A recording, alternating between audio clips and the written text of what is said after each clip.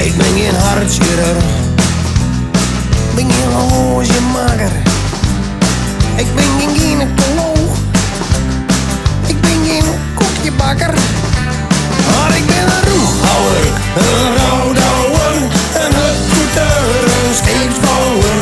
Alles een beetje schaalingen op het ei, want in meer een nukkerij dat je me vast te dreig. Smeet die waterpas, maar in een vet, ik kan een hekel aan een ding omdat het net avanceert.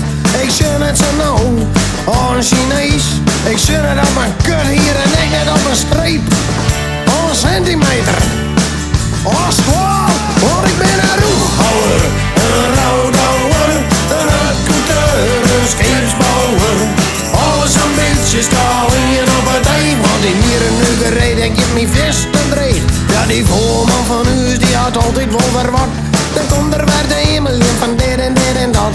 Ik neem me idioot en zo is het maar krek. Maar had ik me verstaan niet aan een weekje dan net. Oh dan, nee toch. Want ik ben een roehouwer, een roodhouwer, een hutkoeter, een scheepsbouwer. Alles een beetje schaalingen op het ei, want in hier een nukkerij dat je me vast te dreig.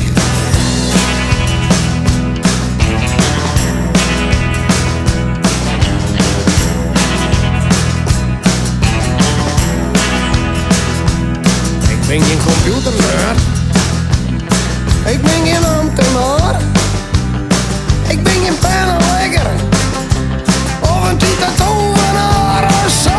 Maar ik ben een roehouwer, een roodhouwer, een hutkoeter, een scheepsbouwer. Alles een beetje schaalingen op het ei, want in hier een nukkerij dat je me vast te dreig. Bak het maar vast, de brander is gewillig, het is maar voor een oor, dus ik ben wat onverschillig. Geen sterveling die daar ooit wat van shot. Ik kom er net alleen, dus ze kennen me wat. Ze kennen mij hartstikke er voor.